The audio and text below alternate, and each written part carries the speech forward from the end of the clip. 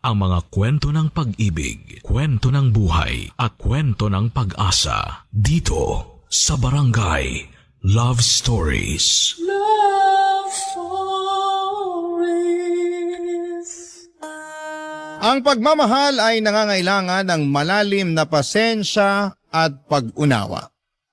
Marami tayong isinasakripisyo at tinitiis para sa ngalan ng pag-ibig.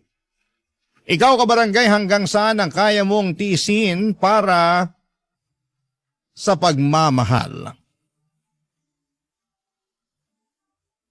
Dear Papa Dudut, ako po si Ramir, matagal na po akong tagahanga ninyo at palagi ko po kayong inaabangan sa Facebook tuwing alas 12 ng hapon. Lagi rin po akong nakangiti habang nakikinig sa mga kwento sa Barangay LS.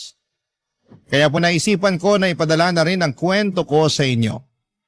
Hindi ko na po mabilang ang love stories na narinig ko sa inyo. Kaya ngayon po ay gusto ko naman sanang ibahagi ang naging love story ko. Lumaki po ako sa isang maliit na isla sa Cebu. Medyo mahirap po ang buhay namin kasi ang tatay ko po ay isang welder at ang nanay ko naman ay naglalako ng isda. 3 po kaming magkakapatid. Pero yung 2 kapatid ko po ay nasa Cebu City na at nagtatrabaho. Ako po yung naiwan dito sa isla dahil mas tahimik at payapa po dito. Hindi kagaya ng syudad na puno ng ingay at sobrang magulo. Pagkatapos ko pong makagraduate ng high school, nagtrabaho po ako sa isang bakery na 15 minutes ang layo mula sa bahay namin. Wala po kasi kaming sapat na pera para ipagpatuloy ko pa ang kolehiyo. At yung pinapadala ng mga kapatid ko ay sapat lamang sa mga gastusin namin sa bahay. Kaya naman po kinailangan kong magsikap at maghanap ng paraan para makapag-survive at makapag-ipon ako. Isa po akong baker, Papa Dudut. Tuwing madaling araw, pumupunta na po ako sa bakery para magtrabaho. Dito ko po nakilala si Ellie, yung katrabaho ko sa bakery. Ako po yung baker. Siya naman po yung nagbabantay ng mga paninda. Kadalasan kaming 2 lamang po ni Ellie ang naiiwan kasi hindi naman kalakihan ng bakery na pinagtatrabahuhan namin ng panahon na yon. Si Ellie po ay nakapagtapos ng kolehiyo sa isang maliit na college dito sa isla namin. Pero kahit nakapagtapos na siya ay napilitan pa rin siyang magtrabaho sa bakery dahil wala naman talagang ibang magandang opportunity dito sa isla. Kahit na hindi ito ang pangarap niyang trabaho ay hindi siya nagreklamo at patuloy na nagsikap para sa pamilya at sa sarili niya. Tuwing nakakausap ko po si Ellie, parang nawawala lahat ng pagod at problema ko. Hindi ko po nararamdaman ang hirap ng buhay kapag nandyan siya. Parang may magic po siya na nagpapagaan sa lahat ng bagay. Mas lalo po akong naging porsigido at mas ginanahang magtrabaho dahil po sa kanya. Kung ano-ano lang po ang mga pinag-uusapan namin ni Ellie. Minsan ay mga simpleng bagay lamang tulad ng mga nangyayari sa araw-araw sa bakery o kaya naman ay tungkol sa buhay sa isla. Pero hindi ko po akalain na unti-unti na palang lumalalim ang usapan namin, Papa Dudut.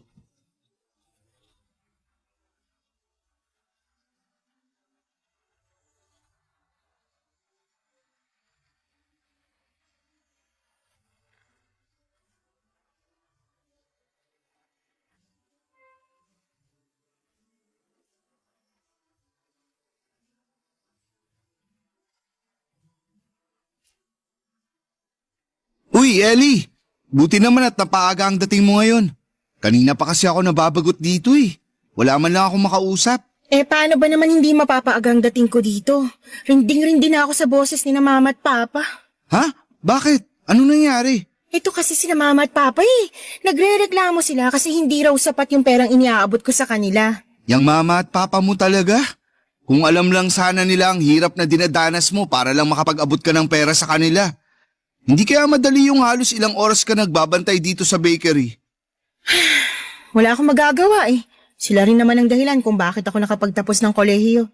Siguro, mag-overtime na lang ako para mas malaking may abot ko na pera sa kanila. Pero wag na wag mong kalimutan ang sarili mo ha.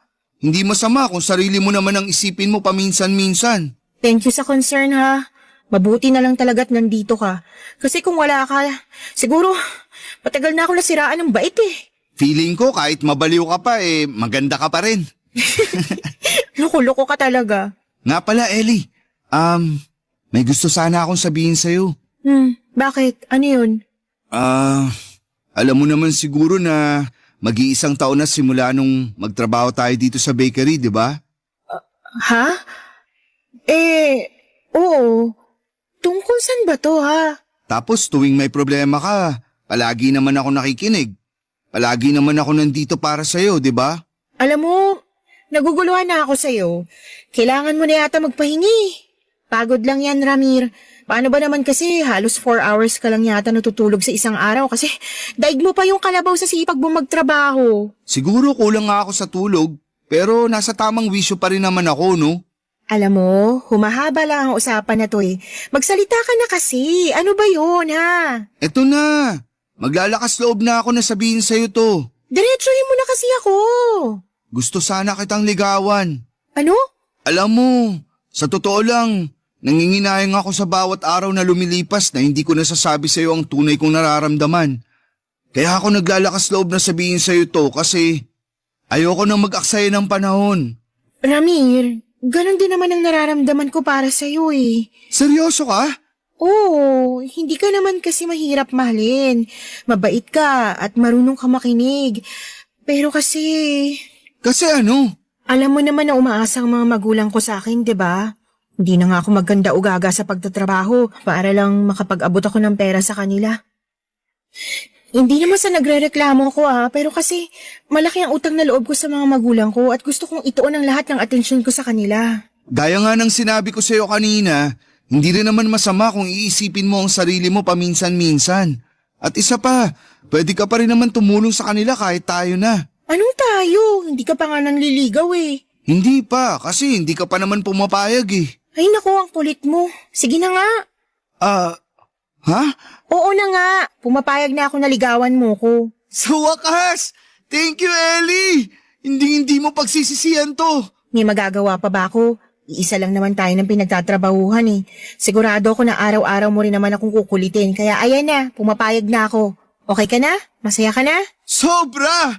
Hindi mo alam kung gaano ako kasaya ngayon. Nga pala, sasamahan na kita mag-overtime mamaya. Ha? Bakit naman? Masama ba na gusto kitang samahan? Ay nako, mapapagod ka lang. Tingnan mo nga yung eye bags mo, ang lalim-lalim na. Ano ka ba? Huwag mo na akong isipin. Huwag kang mag-alala kasi ibibigay ko sa iyo ang perang kikitain ko sa pag-overtime. Nang sa ganun, mas malaki ang maibigay mo sa mga magulang mo. Sobrang saya ko po noong araw na yon nang pinayagan ako ni Ellie na ligawan siya. Ilang buwan lang ang lumipas at sinagot na rin niya ako sa wakas, Papa Dudut. Sobra-sobra ang pagmamahal ko kay Ellie noon.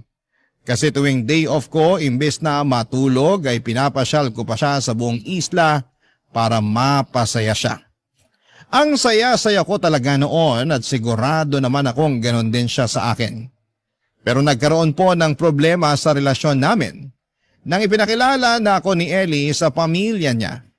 Malaki ang pamilya ni Ellie, nandyan ang nanay, tatay, 3 kapatid niya, mga anak ng mga kapatid niya. Siguro'y aabutin tayo ng umaga kung iisa-isahin ko pa. Wala naman po akong problema sa laki ng pamilya ni Ellie. Kasi sanay naman tayo sa ganitong tradisyon bilang mga Pilipino. Pero nagkaroon po ako ng problema nang napansin kong hindi ako gusto ng pamilya niya. Palagi nagpaparinig ang mga magulang ni Ellie na wala raw mapapala si Ellie sa akin. Kasi isa lang daw akong baker sa isang maliit na bakery. Hindi pa ako nakapagtapos ng high school at sobrang salat daw ng kinalakhan kong pamilya. Kahit po si Ellie mismo ay hindi nakaligtas sa mga masasakit na salita ng mga magulang niya. Na-witness ko po mismo kung paano siya pagsalitaan ng mga ito. Sinabihan siya ng sarili niyang pamilya na boba raw siya. Kasi kahit nakapagtapos siya ng kolehiyo, hindi naman daw niya nagamit ang diploma niya. Sinabihan pa siya ng tanga siya sa pagpili ng lalaki. Pero ang mas nakakagulat doon ay mukhang hindi nasasaktan si Ellie sa mga sinasabi ng pamilya niya. Parang normal lang sa kanya at maganda pa rin ang tingin niya sa kanila. Palagi niyang iniisip na may utang na loob siya sa pamilya niya. Sa totoo lang ay kabaligtaran kami ni Ellie. Kung siya ay matyaga at kaya niyang tiisin ang mga panlalait at negatibong komento sa kanya. Ako naman po ay masyadong sensitibo. Nagtitimpi na lamang po ako kasi kahit mahirap ako, ang pinakaayaw ko ay yung minamaliit at yinuyurakan ng pagkatao ko. Aminin ko sa inyo, Papa Dudut, na sobrang nasaktan ako tuwing pinaparinggan ako ng pamilya ni Ellie. Pero tinitiis ko po ang lahat ng yon kasi mahal na mahal ko talaga si Ellie. At gusto kong magtagal ang relasyon namin at siyang magiging katuwang ko hanggang sa pagtanda. Pero alam niyo naman po, tao lamang ako, napupuno at nasasaktan. Ilang buwan ko ring tiniis ang panlalait ng pamilya niya, hindi lang ng mama at papa ni Ellie kundi pati na rin ang mga kapatid niya. Silang lahat po ay ayaw sa akin. At dumating na nga po ang panahon na kinausap ko na si Ellie tungkol sa bagay na ito, Papa Dudut.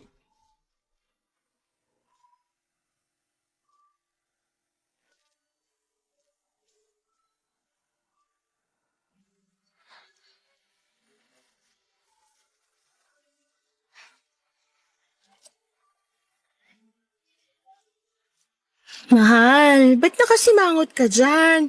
Ayusin mo naman mukha mo, mahal. Baka mawalan tayo ng customer dito sa bakery. Sige ka.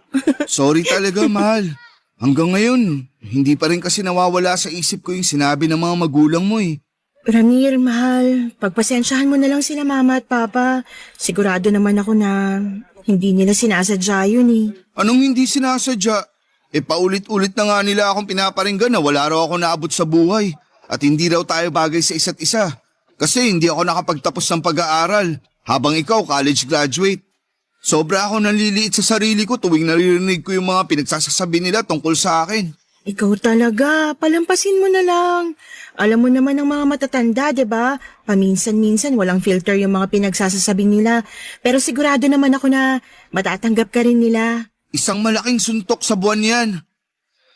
Ay, nga pala mahal, may gusto sana pala akong sabihin sa'yo. Bakit? Ano yun? Napagtanto ko kasi na siguro mas makakabuti kung sa syudad na tayo magtatrabaho. Ano?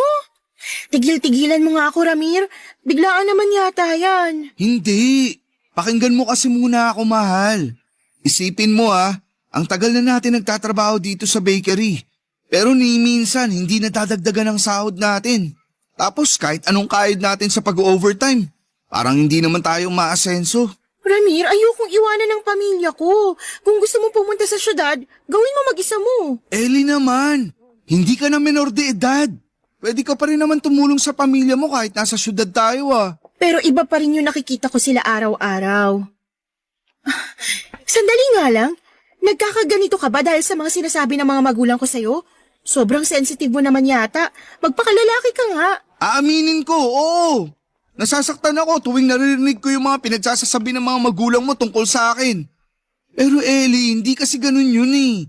Hindi na tayo bumabata. At gusto ko na rin makapag-ipon ng maayos at bumuo ng sarili nating pamilya. Naiintindihan mo naman kung saan ako nanggagaling, di ba? Pero Ramir, kailangan ko pang bumawi sa mga magulang ko. Hindi ko pa sila nasusuklian sa lahat ng ginawa nila para sa akin eh. Hindi ko nga alam kung bakit nanghihingi pa ng pera yung mga magulang mo. Sapat naman na yung natatanggap nila na ayuda buwan-buwan. Pero kung ang pagtulong sa kanila ang magpapasaya sa'yo, hindi na kita pipigilan. Pwede mo naman silang tulungan habang nagtatrabaho tayo sa syudad, di ba? Sige na nga, pag-iisipan ko. Pero saan naman tayo maghahanap ng mauupahan? May pera ba tayo? Saan tayo magtatrabaho? Sobrang hassle, Ramir. Ang dami-dami na naman kailangang ayusin. Napag-isipan ko na yan, mahal. Nasa syudad yung dalawa kong kapatid. Yung isa nagtatrabaho bilang staff sa isang hotel. Tapos yung isa naman nagtatrabaho sa convenience store. Sigurado ako matutulungan nila tayo. Pwedeng-pwede ko silang tawagan anytime. Ramir naman eh. Oh, ako na nga ang bahala, di ba? Ano pa ba ang pinoproblema mo, mahal? Hindi ko alam kung paano to ipapaliwanag sa mga magulang ko. Sigurado kong mabibigla yung mga yun. Kung wala kang lakas ng loob para sabihin sa mga magulang mo yung plano nating magtrabaho sa syudad, gusto mo ba na ako na mismo ang kumausap sa kanila? Ay naku, wag na. Ayoko na ng gulo. Baka may masabi na naman sila tungkol sa'yo. Mahal, makinig ka sa akin. Alam kong mahal na mahal mo ang pamilya mo at sobrang laki ng utang na loob mo sa kanila. Pero mahal, hindi naman kasi pwede na habang buhay ka na lang na nasa poder nila.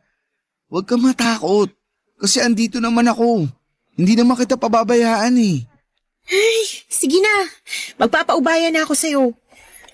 Bigyan mo na lang ako ng pera pambili ng load para at least matawagan ko man lang ang mga magulang ko kapag lumuwas na tayo papuntang syudad. Oo, magtiwala ka sa akin, mahal. Ako ang bahala sa'yo. Ay nako, kung hindi lang talaga kita mahal, hindi ako papayag sa plano mong to. At kung hindi kita mahal, hindi rin naman kita aalukin na pumunta ng syudad kasama ko, no? Sira. Sige na, pagkatapos ng shift natin, uuwi ako kaagad. Ako na magpapaliwanag kina mama at papa. Uy, wag kang dadaan sa bahay mamaya ah. Baka magalit lang ang mga magulang ko sa balak natin na lumuwas ng syudad. Sige, mahal. Noted yan. Tatawagan ko na rin mga kapatid ko mamaya para matulungan nila tayo sa paghahanap ng trabaho at matitirhan. Pagkatapos ng shift namin sa bakery ay umuwi kaagad si Ellie para kausapin ang mga magulang niya. At ako naman ay tumawag ako sa mga kapatid ko para ipaalam ang plano namin ni Ellie na tumira at magtrabaho sa Cebu City. Suportado nila ako at masaya pa nga sila na makakasama na rin nila ako sa wakas. Matapos kong makausap ang mga kapatid ko ay tumawag si Ellie sa akin. Umiiyak siya. Gaya ng inaasahan ko ay pinagsalitaan siya ng masama ng mga magulang niya. Patuloy siyang ini-encourage ng mga magulang at kapatid niya na hiwalayan na raw ako. Nang marinig ko yon ay agad ako nakipagkita kay Ellie at dinamayan ko siya. Ipinaliwanag ko sa kanya na mahal ko siya at gagawin ko ang lahat para patunayan sa kanya at sa pamilya niya na hindi siya magsisisi sa desisyon niyang sumama sa akin at magtrabaho sa syudad. Nang mga panahong yon, Papa Dudut, ay ramdam ko na may alinlangan pa si Ellie. Naintindihan ko naman siya kasi kahit college graduate na siya at nasa tamang edad ay hindi pa rin niya naranasan ang mamuhay ng mag-isa o independent. Siguro nga ay eto na yung tinatawag nilang CPANCS o Separation Anxiety. Pero kahit may alinlangan siya ay pinanindigan ko ang desisyon ko na lumuwas kami ng syudad. Pakiramdam ko kasi kung patuloy kaming maninirahan sa isla ay wala ring mangyayari sa relasyon namin. Balit lang ang sahod namin, walang magandang opportunity sa isla at araw-araw siyang sinusulsula ng mga magulang niya na hiwalayan na ako. Ewan ko po ba, Papa Dudut. Siguro nga talaga kapag mahirap ka, ganito ang tingin ng mga tao sa'yo. Lagi kang minamaliit. At palagay nila ay hindi ka karespe-respeto. Sigurado naman akong nakita ng mga magulang ni Ellie na mahal ko ang anak nila. At ginugol ko ang lahat ng oras ko para makuha ang loob nila. Pero kahit na anong gawin ko ay hindi nagbago ang tingin nila sa akin dahil salat ako sa buhay. Pagkatapos nga ng 2 linggo ay tuluyan na naming iniwan ni Ellie ang trabaho namin sa bakery. Lumuwas kami papunta ng Cebu City at doon kami tumira sa maliit na kwarto na inuupahan ng mga kapatid ko. Para kaming mga sardinas na nagsisiksikan doon. Pero pinangako ko kay Ellie na gagawin ko ang lahat para sa kanya. Barangay Love Stories. Barangay Love Stories. Nagpapasalamat talaga ako, Papa Dudut, na kahit papaano ay may naipon akong pera mula sa trabaho ko sa bakery. Yung pera na yon ang ginamit namin para makatawid sa araw-araw habang naghahanap kami ng trabaho ni Ellie sa syudad. Wala rin namang ipon si Ellie kasi halos lahat ng pera niya ay napupunta sa mga magulang niya. Minsan, ito rin yung nagiging sanhi ng mga away namin. Sana po ay hindi ako ma-misunderstand ng mga kabarangay natin. Lilinawin ko lang po na hindi masama ang tumulong sa mga magulang. lalo na kung bukal sa puso mo. Pero hindi rin masama na isipin mo ang sarili mo ng paminsan-minsan. Dumating po yung time na kokonti na lamang ang natitira sa ipon ko at madalas ay sabaw na lamang ang inuulam namin ni Ellie para lamang makatawid sa gutom. Nagpapasalamat ako sa mga kapatid ko kasi kahit papaano ay tumutulong sila sa amin. Lalo na kapag nakikita nilang talagang walang-wala na kami ni Ellie. Pero hindi ko rin po kayang umasa lamang sa mga kapatid ko. Kasi hindi naman kalakihan ang kinikita nila sa hotel at convenience store. Sobrang saya ko po na pagkatapos ng ilang linggo, natanggap ako sa hotel kung saan nagtatrabaho ang kapatid ko. Si Ellie naman ay naghahanap ng trabaho sa Facebook at kalaunan natanggap siya bilang teller sa isang pawn shop. Mas malaki po ang kinikita namin sa syudad kumpara sa trabaho namin sa bakery sa isla. Pero ang problema, malaki din ang cost of living dito. Pero kahit papaano, at least sa syudad, may naitatabi akong ipon. Lalo na kung mag-overtime ako. Hindi katulad sa bakery na kahit mag-overtime pa ako ng ilang oras ay hindi sapat yung kinikita ko para makapag-ipon. Kahit na hindi kami buhay mayaman ni Ellie ay naging maayos at tahimik naman ang buhay namin. Si Ellie ay patuloy na nakapagpapadala sa mga magulang niya. At kami ni Ellie ay unti-unti na ring nakakapag-ipon. Akala ko noon, maayos na ang takbo ng buhay namin hanggang sa isang araw ay kinausap ako ni Ellie nung umuwi na siya galing sa shift niya sa pawn shop. At doon niya inilabas lahat ng saloobin niya sa akin, Papa Dudut.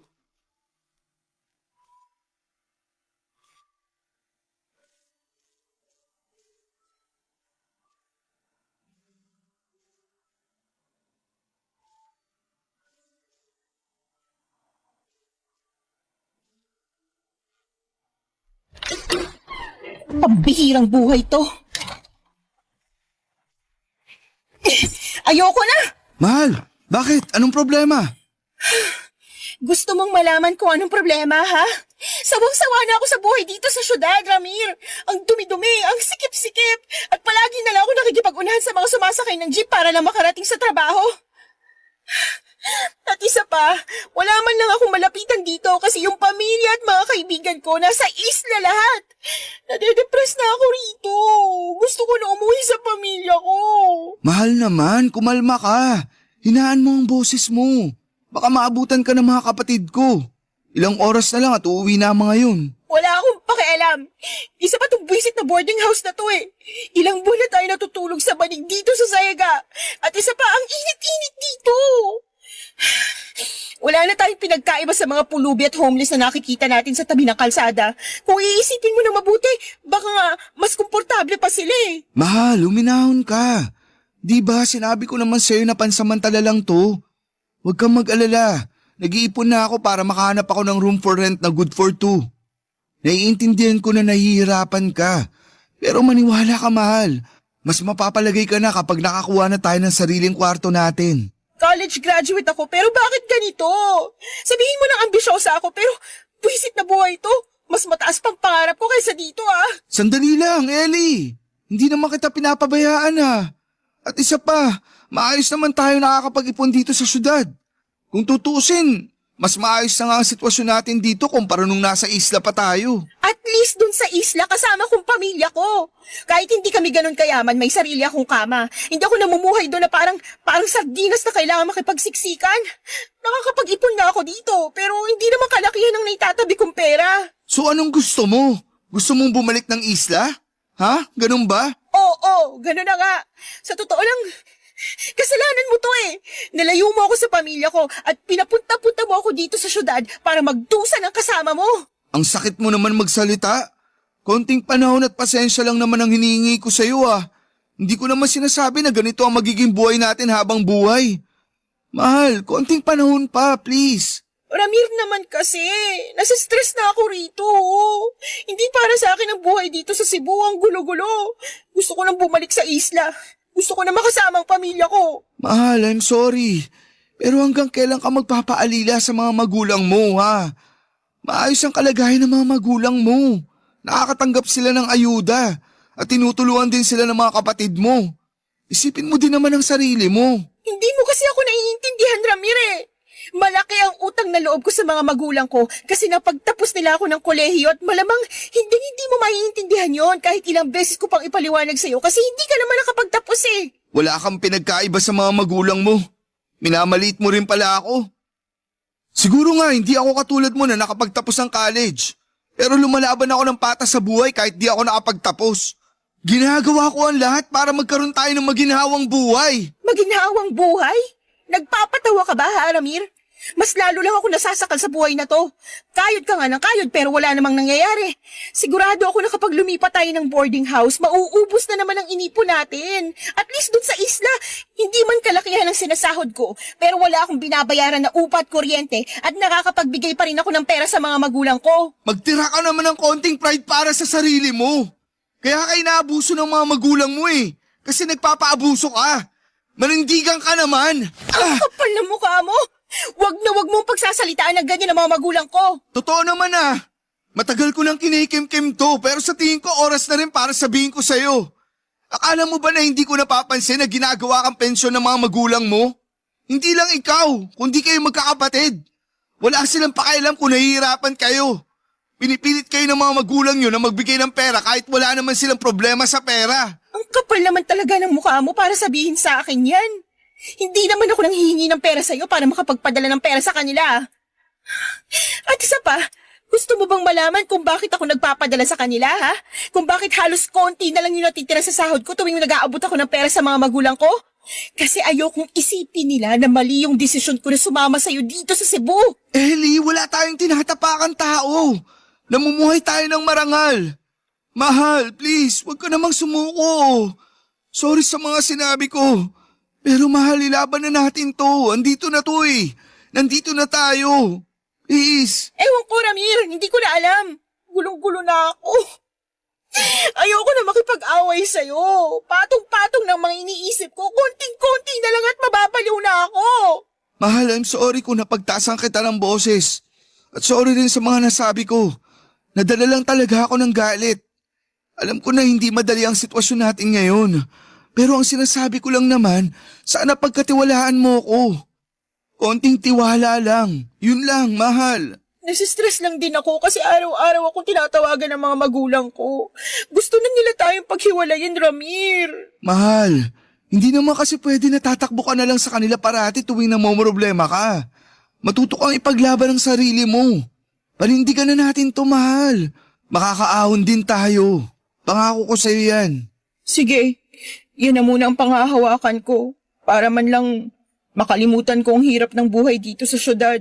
I love you, mahal. Ipangako mo sa akin na hindi mo ako hihiwalayan, ha? Oo na, pangako yan. Kaya mahal na mahal kita eh. Mag-relax ka na muna dyan. Paplansyahin ko na yung uniform mo para bukas at magsasaing na rin ako para makakain na tayo. Mabuti na lamang at kahit papaano ay kumalma si Ellie noong araw na yon bago pa man makauwi ang mga kapatid ko galing sa trabaho nila. Nakakahiya naman kasi at ayoko ring makita nila na nag-aaway kami ni Ellie. Masyado pong naging harsh yung pag-uusap namin na yon, Papa Dudut. Kahit na hindi ako mayaman at perpektong boyfriend, ginagawa ko naman ang lahat para magkaroon kami ng magandang kinabukasan ni Ellie. Hindi naman sa nanunumbat ako. Pero sana lang ay may kaunting appreciation at acknowledgement naman sa mga ginagawa ko araw-araw. Pakiramdam ko kasi ng mga panahong yon. Inis na inis si Ellie sa sitwasyon namin at parang nagpatong-patong na kasi ang mga problema niya. Yung panunulsol ng mga magulang niya na hiwalayan ako at yung hirap ng buhay sa syudad. Kaya lagi kong pinapaalala kay Ellie na may na-achieve naman kami kahit papaano. Yung perang na itatabi namin sa pag-overtime ay malaking bagay na yon. Pinapaalala ko yon sa kanya para at least maalala niya na balang araw ay magbubunga din ang lahat ng paghihirap at pagsusumikap namin sa syudad. May isa pa po akong aaminin, Papa Dudut. Nalulungkot po ako tuwing naririnig ko si Ellie na kausap ang mga magulang niya sa cellphone. Kasi ni minsan ay hindi ko siya narinig na ipinagtanggol niya ako sa kanila. Hindi ko man naririnig yung mga sinasabi ng mga magulang niya, pero sa reaksyon ni Ellie, alam ko na patuloy pa rin akong pinagsasalitaan ng masama ng mga ito. Araw-araw kong ipinagdarasal sa Diyos na sana balang araw ay marinig ko si Ellie na pinagtatanggol ako sa mga magulang niya. Pero siguro nga kahit sobrang dependent ka sa mga magulang mo, mahirap ding lumaban. Sinabi ko na po ito kanina at sasabihin ko po ulit. Walang masama sa pagtulong sa mga magulang, lalo na kung bukal ito sa puso mo. Pero iba kasi ang mga magulang ni Ellie. Palagi nilang tinatanong kung kailan siya sasahod. Tapos humihingi sila ng specific amount na pag-alaman ko rin mismo kay Ellie na ganito rin ang ginagawa ng mga magulang niya sa mga kapatid niya. Kung tutuusin nga, masalat pa kami sa buhay kumpara sa pamilya ni Ellie. Pero kahit kailan ay hindi kinikwenta ng mga magulang ko kung magkano ang ibibigay ko sa kanila o kung kailan. Iba rin talagang nagagawa ng pagmamahal kasi minsan nagiging tanga ka na lamang. Paulit-ulit kang tinatapakan at inuyurakan pero dahil sa pagmamahal, iniintindi mo pa rin. Pero hindi ko po alam, Papa Dudut, na masusubok pa pala ang tapang at pasensya ko. Isang araw ay narinig ko si Ellie na kausap ang mga magulang niya habang nagluluto ako. Base sa pag-uusap nila, may kilala daw na foreigner yung mga magulang at kapatid ni Ellie. At gusto nila itong ipakasal kay Ellie. Sobra akong nabigla at nanlumo sa mga narinig kong usapan na yon. Kaya naman minabuti kong kausapin si Ellie pagkatapos niyang makipag-usap sa mga magulang niya, Papa Dudut.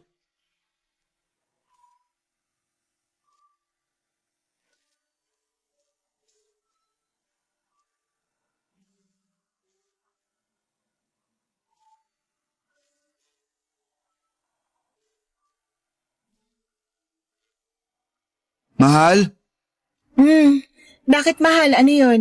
kumain ka na mahal. Nagluto nga pala ako ng tinola para sa'yo. Thank you, mahal. Oh, mahal. Ba't ganyan ka makatitig sa akin? Mukhang malalim yung iniisip mo ah. Ha?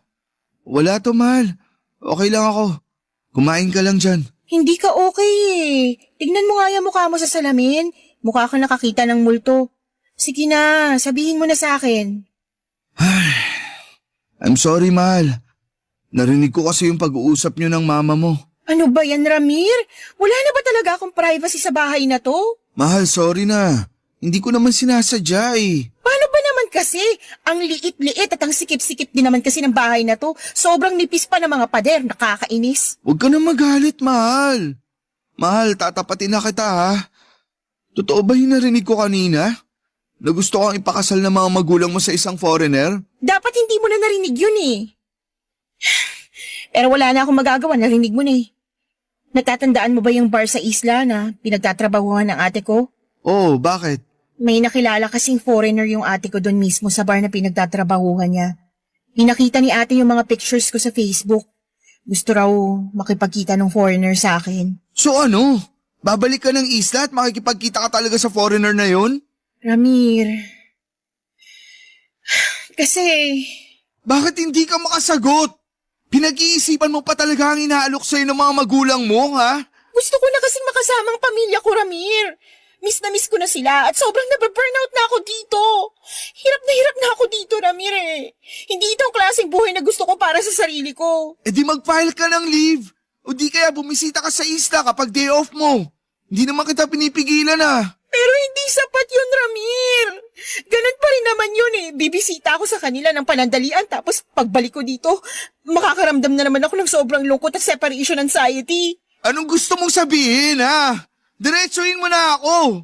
Pinag-iisipan ko na ng mabuti yung pinag-usapan namin ni Mama. Yung alin? Yung makikipagkita? Makikipagmabutihan at kinalaunan magpapakasal ka sa foreigner na yon? Pambihirang buhay to. Minsan hindi mo nga ako naisipang pakasalan. Tapos ngayon malalaman ko na willing ka magpakasal sa banyagang hindi mo pa nga nakikita o nakikilala? Ramir, aminin na kasi natin. Mas lalo lang tayong mababaon sa hirap kung magpapakasal pa tayo. Kaya mo pinag-iisipan na magpakasal sa foreigner na yon? Ibang klase ka rin naman. Hindi pa nga kayo nagkikita ng foreigner na yon pero planado nyo na lahat ang gagawin nyo. Ayoko na makipag-away. Alam ng mga magulang ko kung anong mas makakabuti para sa akin. Hindi ka na bata, Ellie. Alam mo kung ano ang tama sa mali. Manindigan ka naman. Ano? Pag sinabi sa'yo ng mga magulang mo na tumalong ka sa tulay, tatalong ka rin ba? Ramir, di ba pumunta tayo ng syudad para mas magkaroon tayo ng maginhawang buhay? Pero bakit ganun? Bakit parang wala namang nangyayari sa atin? Ellie, hindi tayo nag-iisa. Maraming tao dyan na patuloy na nakikipagsapalaran dito. Pero hindi ibig sabihin nun na wala tayong mararating sa buhay. Ilang beses mo nang sinabi sa akin yan. Puro ka pangako, wala namang nangyayari. Ellie, mahal. Huwag mo akong iwan, please. Kung yung perang pinapadala mo sa mga magulang mo yung inaalala mo, pinapangako ko sa'yo na hindi na ako kukontra. Wala ka nang maririnig sa akin na kahit anong masama tungkol sa mga magulang mo. At magdodoble kahit na rin ako para may pandagdag ka sa ibibigay mong pera sa kanila. Kaya kong gawin ang lahat ng yon. Basta wag mo lang akong iwanan. Parang awa mo na. Lulod ako sa harapan mo kung kinakailangan. Please, Ellie. Maawa ka naman sa akin. Hindi mo kailangan gawin yan, ano ba? Oo, alam ko na hindi ko kayang tapatan yung pera at luho na kayang ibigay ng foreigner na yon. Pero isa lang ang mapapangako ko sa iyo. Kayang-kaya kitang mahalin at paalagaan hanggang sa huling hininga ko. At hindi ko pa rin nakakalimutan ang pangako ko sa iyo na iginawa rin ang buhay natin balang araw. Konting panahon at pasensya pa, please. Darating din ang araw na mabibigay ko rin sa iyo ang buhay na kayang ibigay ng foreigner na yon. Ramir, wag mo na akong pahirapan, please. Hirap na ako sa buhay natin dito. Ayoko na. Miss ko ng pamilya ko at sawang-sawa na ako sa buhay na kahit isang tuka. Ellie, gagawin ko ang lahat para sa iyo. Kung gusto mong huminto sa pagtatrabaho, papahig na ako. Ako na mismo ang bubuhay sa iyo. Basta huwag ka lang sumama sa foreigner na yon.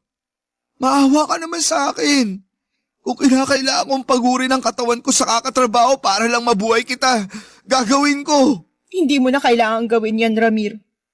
Pinapalaya na kita. Ang bigat po ng pakiramdam ko ng araw na yon, Papa Dudut. Si Ellie ang dahilan kung bakit ako lumuwas ng syudad.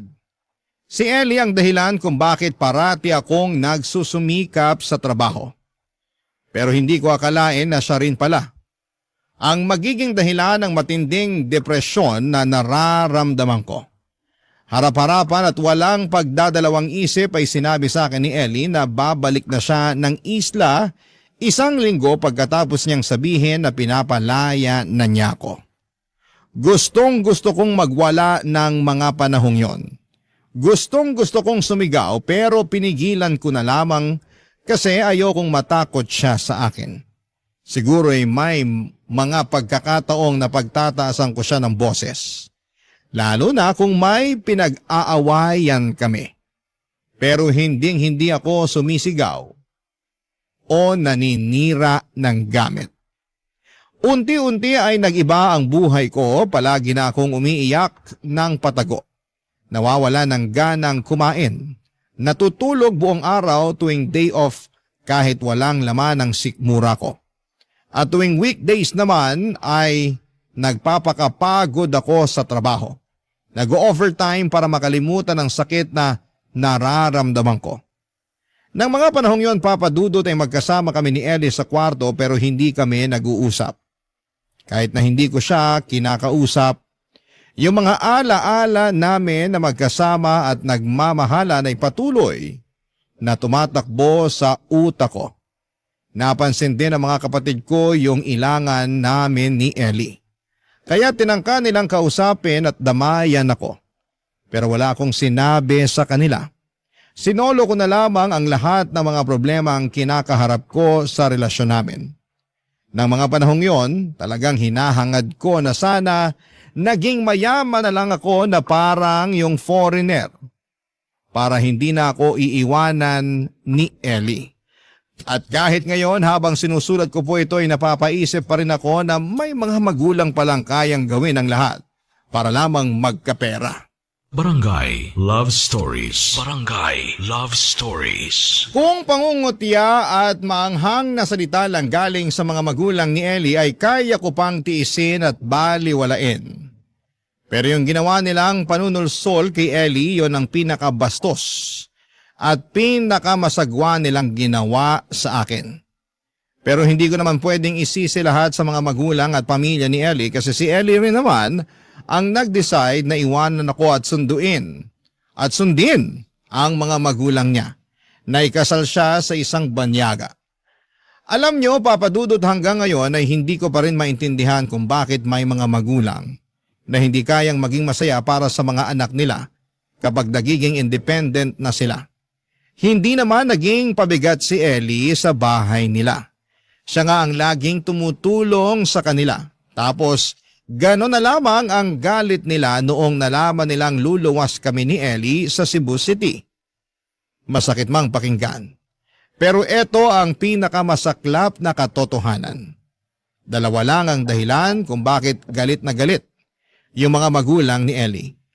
Una ay ayaw nila ng lalaking tulad ko na lumaki sa hirap. At pangalawa ay natatakot sila na baka hindi na sila sustentuhan ni Ellie kapag bumukod ito sa kanila.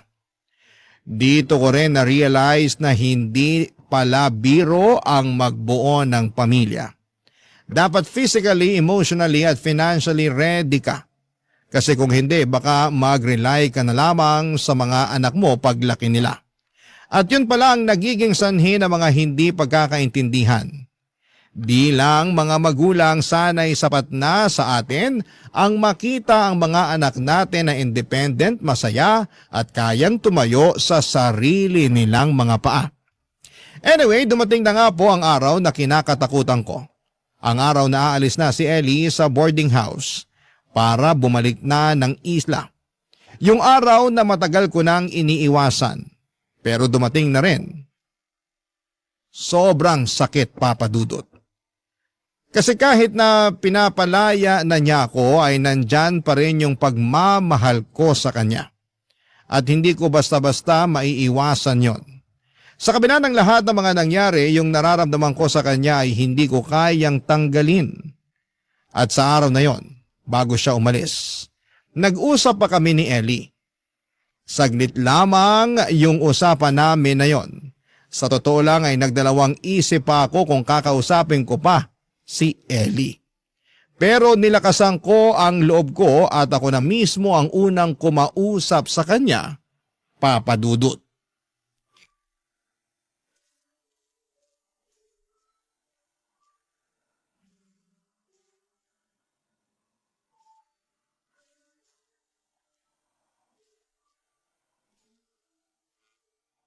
Hindi na ba talaga kita mapipigilan sa desisyon mong bumalik ng isla? I'm sorry, Ramir, pero buo na ang desisyon ko. Ellie, tapatin mo nga ako. Minahal mo ba talaga ako? Oo, Ramir. Minahal kita. At mahal pa rin kita. Pero ang hirap lang kasi. San ka nahihirapan?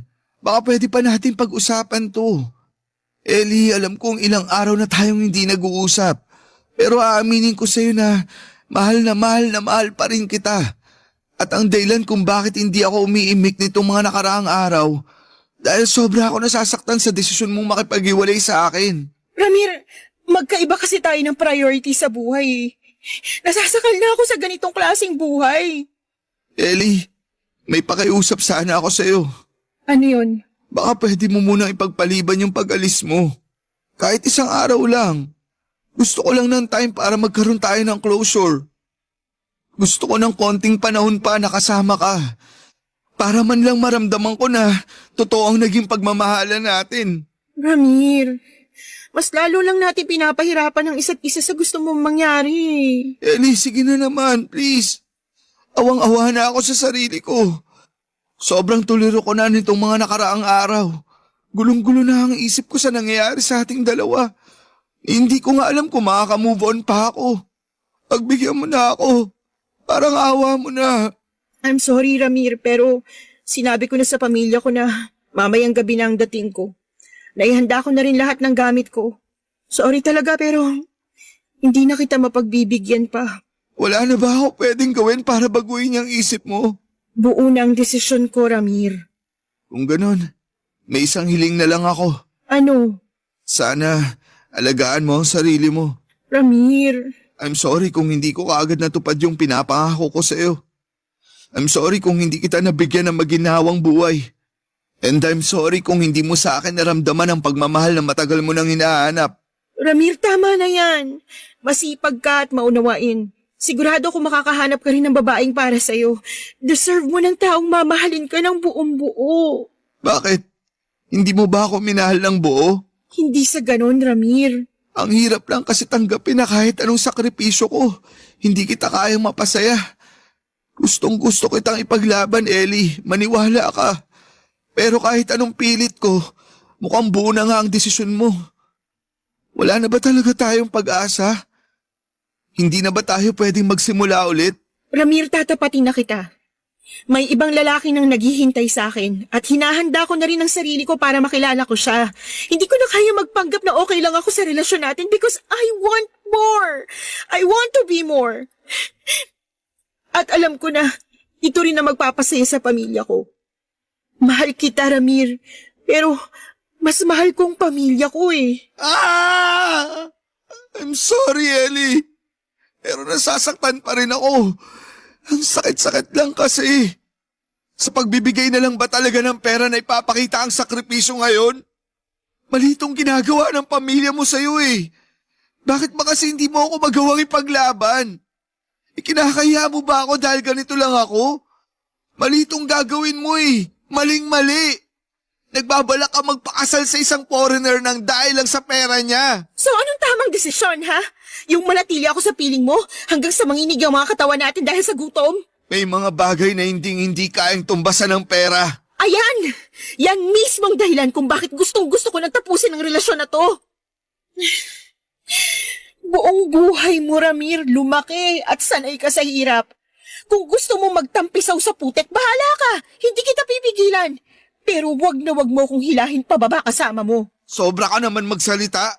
Nakakasakit ka na. Eh bakit? Hindi ba totoo naman?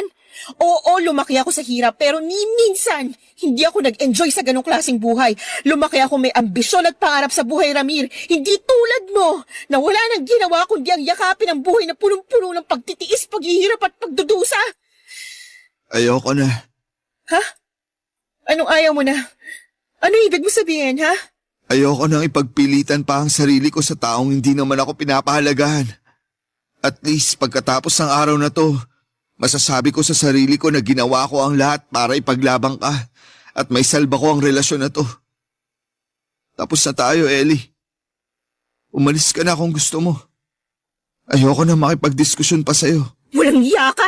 Talagang aalis na ako! Hindi ako makapaniwala na pinagtiisan at sinayang kong panahon at oras ko sa lalaking hindi man na nakagraduate ng college. Hinding-hindi na ako papayag na hilahin mo pa ako pababa na kasama mo. Kung gusto mong mabulok sa dugyot na boarding house na to, bahala ka sa buhay mo. Nasagad po ang pasensya ko noong araw na yon, Papa Dudut. Hindi ko akalain na maririnig ko ang mga salitang yon galing sa isang babae na minahal ko ng buong buhay ko. Kung hindi niya po ako kayang tratuhin na boyfriend, sana naman ay tratuhin niya ako na parang tao. Sobra po akong nagulat, nalungkot at nanghinayang kasi pakiramdam ko talaga ay nadala na si Ellie sa mga sulsol na mga magulang niya. Kaya ganon na lamang kung bastusin niya ako. Naawa sa akin ang mga kapatid ko noong sinabi ko sa kanila ang lahat-lahat ng pinagdaanan namin ni Ellie. Fast forward. At nagtuloy-tuloy na po ako sa buhay ko. Marami pa rin akong hinarap na pagsubok kahit na wala na si Ellie sa buhay ko. Ang pinakamalaking pagsubok na hinarap ko ay noong nag-cost cutting ang hotel na pinapasukan ko. At isa po ako sa mga tinanggal sa trabaho. At kagaya po ng dati, tinulungan ako ng mga kapatid ko sa pang-araw-araw habang wala akong trabaho. Ang bala ko po sana noong time na yon ay mag-apply sa ibang hotel. Pero isang araw ay nag-post sa Facebook ang dati kong katrabaho sa hotel ng isang picture na nasa isang agency siya na nag-a-apply bilang waiter sa isang cruise ship. Nag-message po ako sa kaibigan kong yon at sabay kaming nag-process ng mga requirements hanggang sa dumating ang araw na nakumpleto ko ang lahat ng requirements ko at naging waiter na rin sa cruise ship. Habang nasa cruise ship po ako ay nakilala ko ang isang kababayan na Pinay na muling nagpatibok ng puso ko. Long story short ay nahulog ang loob namin sa isa't isa. Hanggang sa dumating ang araw na nakapag-ipon kami pareho kami nag-resign sa cruise ship at bumili kami ng lupa at nagpatayo ng bahay sa isla kung saan ako lumaki. Mas gusto kasi ng partner ko na manirahan at magnegosyo doon sa kinalakhan kong isla kasi maganda raw yung beach, kaya pumayag na rin po ako. Hindi po nagtagal ay nakapagpatayo po kami ng coffee shop at sobrang saya ko na po sa bago kong buhay. Papadudot kong tutuusin nga, baby na lang ang kulang. Pero sa ngayon po ay masaya ako sa relasyon ko sa bago kong partner, ibang-iba siya kumpara sa dating naging girlfriend ko. Akala ko po ay mamumuhay na kami ng payapa at tahimik ng bago kong partner hanggang isang araw ay sinabi ng cashier namin sa coffee shop na magre-resign na raw siya. Kaya agad-agad namang nag-post ang asawa ko ng hiring cashier sa Facebook mga kapuso. Marami po ang nag-inquire at nagpa-schedule ng interview. At dahil busy po akong tao ay yung asawa ko na ang nag-schedule ng appointment ng mga aplikante. At ako naman ang mismong nag-i-interview sa mga aplikante. Pero lingid po sa kalaman ko na darating pala ang araw na makakatagpo ko ulit ang taong sumira sa pagkatao ko.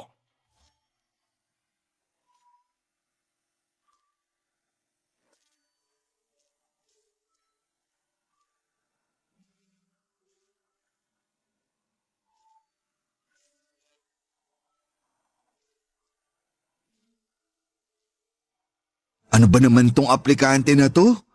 30 minutes nang late ah. Salamat, nakarating na rin. Pasok! Bukas yan!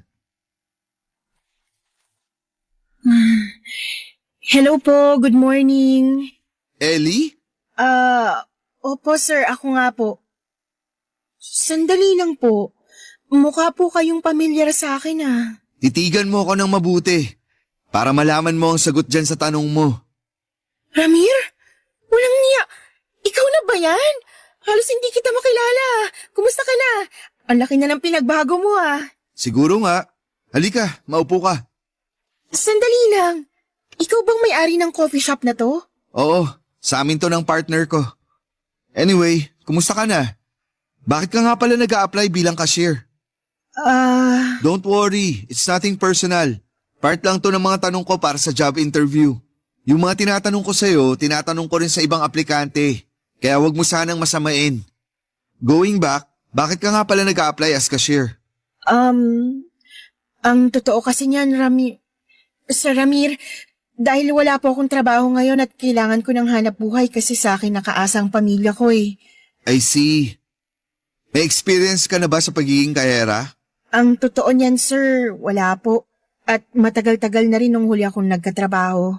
Ano yung last working experience mo? Teller po sa isang pawn shop, sir. Anong year yon? Seryoso? Nagbibiro ka ba? Hindi mo talaga naaalala? Mukha ba ako nagbibiro? 7 years ago po. 7 years since your last job. Matagal-tagal na rin.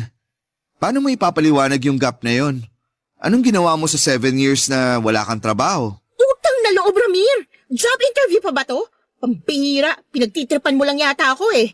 Ano to? Inuusisa mong buhay ko dahil gusto mong ipamukha sa akin na may narating ka na? Diretsuhin mo na ako. Hindi yung ganito na dinadaan-daan mo pa sa job interview yung hinaing mo. Huminahon ka. Natural lang sa mga job interviewers na tanungin ang mga aplikante nila tungkol sa employment gap. Kalukuhan. Nagpapalusot ka pa eh. Ang sabihin mo, pinepersonal mo ko. Subukan mo mag-apply sa ibang kumpanya. Tapos, tsaka mo sabihin sa akin na nagsisinungaling ako. Gusto mong malaman ng totoo? Gusto mong malaman kung ano nangyari sa akin pagkatapos natin maghiwalay? Sige, sasabihin ko sa iyo ng harapan. Kumalma ka, please. Sinasaktan ako ng foreigner na nakatuluyan ko. Kaya ako naghahanap ng trabaho ngayon kasi walang-wala na ako at ako na lang ang inaasahan ng pamilya ko. Ano? Masaya ka na? Sa wakas, narinig mo na rin ang gusto mong marinig. Okay na ba sa iyo yun, ha? Wala akong sinabi na kwentuhan mo ako ng life story mo. At hindi ako interesado, miss. Sa pagkakaalala ko, puro work-related questions yung mga tinatanong ko sa'yo. Kalokohan, Ramir. Isang malaking kalokohan yan. Pagpasok ko pa lang sa kwartong to, nararamdaman ko nang nanlalamig ka sa akin. Nararamdaman ko yung galit at inis mo sa akin na pilit mong itinatago. Magpakatotoo ka na lang, Ramir. Pinapahirapan mo lang ang sarili mo eh. Miss, sa ating dalawa mukhang ikaw ang nahihirapan. Kailangan mo ata ng anger management therapy. Kasi kung palagi kang ganyan, trust me, mamamatay sa gutom ang pamilya mo. Kasi walang kumpanya na tatanggap sa'yo. Ang sabihin mo, masaya ka. Masaya ka kasi isang business owner ka na habang ako nandito sa harapan mo nagmamakaawa na mabigyan mo ng trabaho. Tuwang-tuwa kang makita na nayuyura ka ng pride ko dahil sa ginawa ko sa'yo noon. Miss, kahit umiyak ka pa ng dugo dyan, hindi kita tatanggapin. Eh di lumabas din ang totoo. Hanggang ngayon bitter ka pa rin. Napakatagal na panahon na yun, Ramir. Mag-move on ka naman. Miss, makinig ka. Ipapaliwanag ko sa'yo ng maayos para maintindihan mo. Unang-una, late ka ng kalahating oras. Na-stroke yung nanay ko, Ramir. Kinailangan ko siyang bantayin sa ospital ng magdamag. Patapusin mo kasi muna ako. Oo, naiintindihan ko na kadalasan may valid reason tayo kung bakit tayo nalilate. Ay, pero ganito kasi yun eh. Pagpasok mo sa kwartong to, wala man lang ako narinig ni isang sorry na galing sa'yo. Ni hindi ka nga humingi ng dispensa eh. Which only goes to prove na wala kang pagpapahalaga sa oras ng tao. Mahalaga sa akin na palaging on time yung mga employees ko. And unfortunately, hindi ko nakita sa'yo yun. Sinong niloloko mo? Kahit hindi ako na-late, sigurado kung hindi mo pa rin ako tatanggapin ng dahil sa nakaraan natin.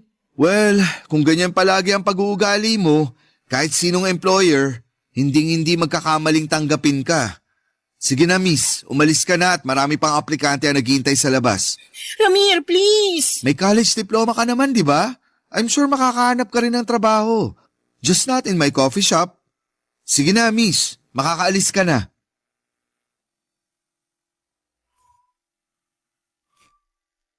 Papadudot, pakaramdam ko po ay tumaas ang alta presyon ko ng araw na yon. Sa totoo lang ay talagang nanumbalik lahat ng sakit na dulot sa akin ni Ellie noon. Mga alaala na mga pagsubok at pasakit na iniwasan ko na. Pero kahit na ganoon ay sinubukan ko pa ring magpaka-professional at magpigil subalit hindi pa rin nawala yung tensyon at minasama ni Ellie ang mga sinabi ko sa kanya. Hanggang dumating kami sa punto na nagkainitan na kami. Nang gabing yun ay kinausap ko ang partner ko at ikinuwento ang lahat ng nangyari sa amin ni Ellie. Hindi po siya nagselos. Hindi siya nagalit at sa halip ay natawa pa siya. Natawa siya dahil hindi na niya namalayan na yung aplikante na binook niya para sa job interview sa coffee shop namin ay ang ex ko pala. Ganyan ang partner ko, palagi niyang pinapagaan ang mga bagay-bagay. At yun ang isa sa mga dahilan kung bakit mas tumatag ang aming relasyon. Lumipas sa mga buwan at unti-unting nakabuo kami ng maganda at masayahing team sa coffee shop namin ng partner ko. Isa sa mga empleyado ko ay kapitbahay pala ni Ellie. Noong nalaman ng empleyado ko na ex ko si Ellie, agad niyang ikinuwento sa akin na pinadeport daw ni Ellie ang kinakasama niyang foreigner kasi matagal na pala siyang sinasaktan at inaabuso nito. Talaga pong nakakalungkot marinig yon, Papadudot. Pero ang mas nakakalungkot pa, imbes na mag-alala yung pamilya ni Ellie sa naging kalagayan niya ay mas nang hinayang pa daw sila. Kasi yung foreigner ang nagbibigay ng malaking pera kay Ellie. Nakakalungkot man po ang pinagdaanan ni Ellie, ngunit sa huli ay pinili ko na lamang na burahin siya sa mga alaala ko. Masakit mang pakinggan pero kailangan talaga, Papadudot. Kailangan mong bitawan ang mga masayang bagay sa buhay mo upang magkaroon ng espasyo para sa mas magagandang bagay. Ngayon po ay mas magaan na ang buhay ko, kasama ko ang partner ko at magpapakasal na kami next year. Isa pa ay may plano kaming magbukas ng mas maraming branches ng coffee shop namin dito sa isla. Hindi ko na po sasabihin ang pangalan ng islang tinitirhan namin o ng coffee shop namin, pero sigurado po ako na magpapapicture kami ng misis ko kapag napadaan kayo dito, Papa Dudut. Dito ko na po tatapusin ang aking kwento. Maraming salamat po sa pagbibigay sa akin ng opportunity para maibahagi sa inyo ang isang kabanata ng buhay ko. Ang inyong kapuso at kabarangay forever, Ramir. Barangay Love Stories. Barangay Love Stories. Napakasakit na nangyari kay letter sender. Pero buti sa uli, naging maayos pa rin ang buhay niya. Anong say mo sa Barangay Love Stories na ito? Pagkwentuhan natin sa comment section yan. Nagustuhan ng iyong napakinggan? Ituloy yan via live stream sa www.gmanetwork.com/radio. Barangay LS 97.1